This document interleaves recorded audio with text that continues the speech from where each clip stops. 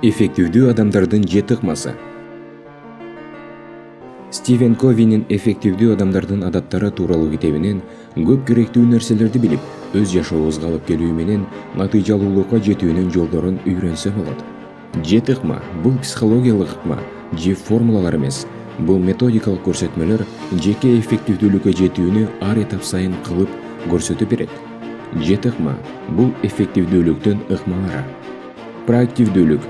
Ар бир жагдайда ал кандай болбосун, эффективдүү адамдар проактивдүү боло ала алгандыгында, көйгөйлөрдү чечүүдө анын кыжырды келтирген жана биздин реакциянын ортосунда эркин тандоо бардык деген түшүнүк.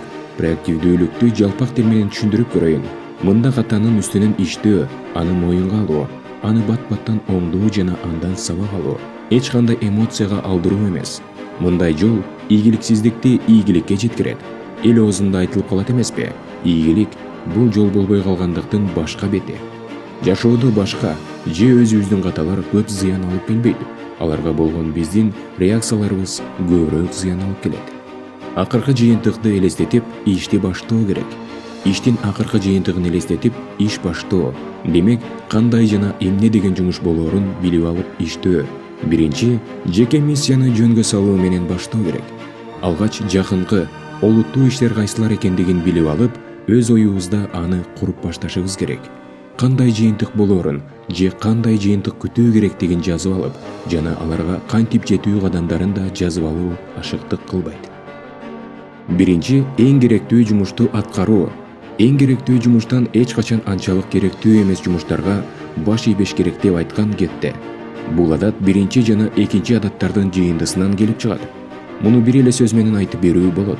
Артыкчылыктарга жараша иш-аракеттерде пландоо керек. Жеңдим деген тааризде ой жүгүртүү. Аталган ой жүгүртүү адамдар менен байланыштагы жалпы философия. Жеңдим деген сүйлөшүүлөрдө эки тарап тең өз артыкчылыктарына ээ болгон жана эки жак тең ыраазы болуусу. Мындай ой жүгүртүү эки тарап үчүн кызматташуу биринчи орунда турат дегендик.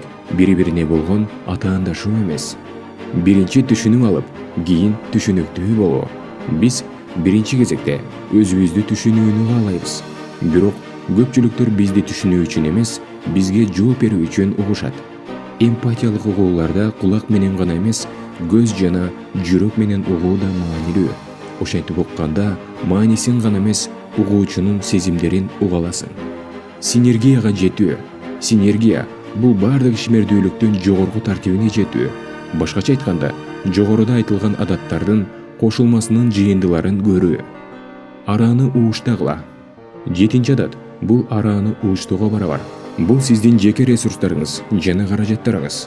Бул төрт негизги өлчөм: физикалык, рухий, интеллектуалдык жана социал эмоциялык. Физикалыкты бул спорт менен машыгуу, туура тамактануу, эс алуу. Рухий бул ички дүйнөнү калыпка келтирүү. Интеллектуалдык бул билим жана илим. Социалдык, эмоциялык бул башка адамдар менен мамилелер. Бул видео сиздерге жаккан болсо, каналыбызга подписка кылып, жакын адамыңыз менен бөлүшүп коюңуз. Бул видеону бөлүшүп коюу менен сиз биздин каналыбыздын мындан арыда өнүгүшүнө чоң салым кошкон болосуз.